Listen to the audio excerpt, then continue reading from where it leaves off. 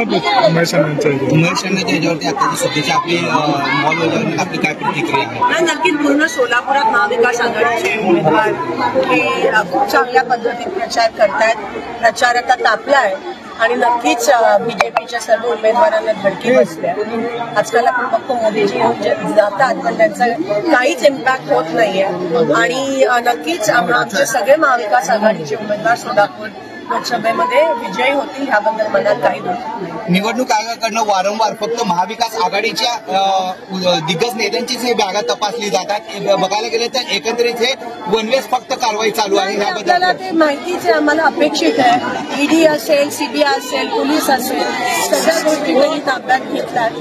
पण आम्ही हे काय पहिलं इलेक्शन असं सामोरे जात नाही. लोकसभेमध्ये पण त्यांनी खूप प्रयत्न केला. साम दाम दंड, ईडी भीती सगळं वापरलं पण सगळं फेल गेलं आणि शेवटी विजय लोकशाहीचा आणि महाविकास आघाडीचा झाला.